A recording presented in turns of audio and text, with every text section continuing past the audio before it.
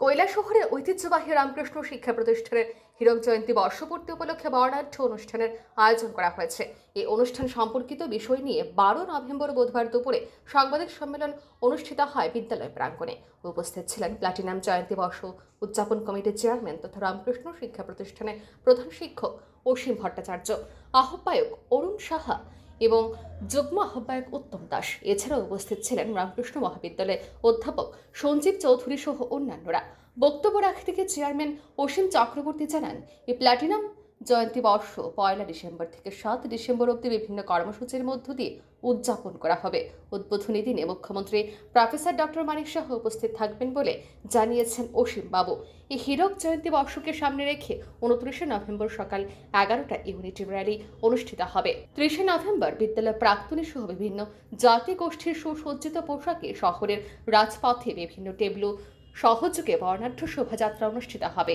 1 December উদ্বোধনী অনুষ্ঠানের মুহূর্তে এই বিদ্যালয়ে প্রাক্তন শিক্ষক শিক্ষিকাদের সম্মাননা এবং মরণোত্তর সম্মান প্রদান করা হবে। অনুষ্ঠানে যুব বিষয়ক ও ক্রীড়া দপ্তরের মন্ত্রী টিঙ্কু রায় সহ বিশিষ্টজনেরা উপস্থিত থাকবেন। উদ্বোধনী অনুষ্ঠানের বিকেলে বিভিন্ন স্টল এবং আলোকসজ্জার সূচনা হবে।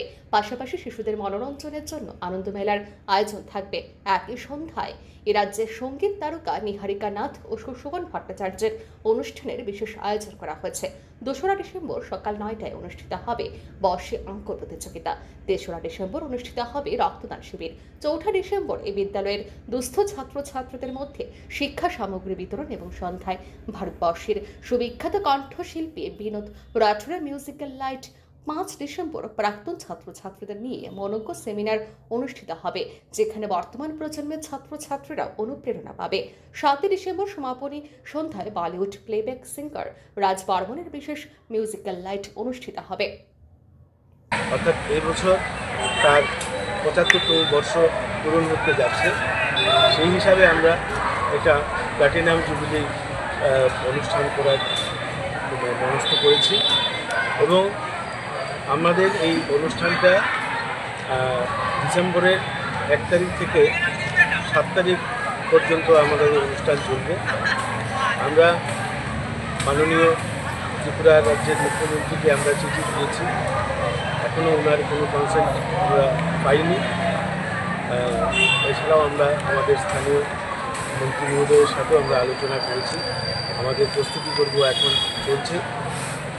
আমি আজকে আমাদের এই সাংবাদিক বন্ধুদের মাধ্যমে যে সমস্ত আমাদের প্রাক্তন ছাত্র বা ছাত্রীরা যারা বাইরে আছেন বা এখানে আছেন, শহরে আছেন, সবাইকে আপনাদের মাধ্যমে আমি আন্তরিকভাবে অনুরোধ করছি যে তারা যাতে আমাদের এই 7 দিনব্যাপী প্রোগ্রামে আসেন।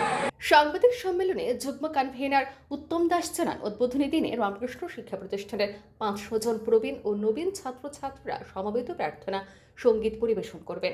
এই সামগ্রিক অনুষ্ঠানমালায় বিভিন্ন আঙ্গিকে অনুষ্ঠানের আয়োজন থাকবে।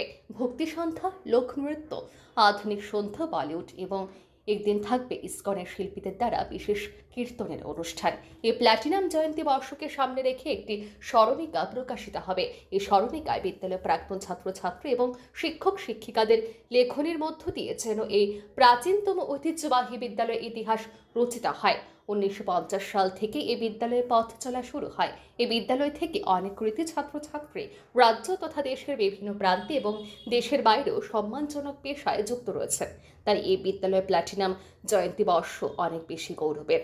এই সামগ্রিক অনুষ্ঠানকে সাফল্যমণ্ডিত করতে আপামর কৈলাসহরবাসীর সহযোগিতা এবং শুভকামনা প্রত্যাশা করেন উদযাপন কমিটির কর্মকর্তারা। ব্যুরো রিপোর্ট, আর নিউজ।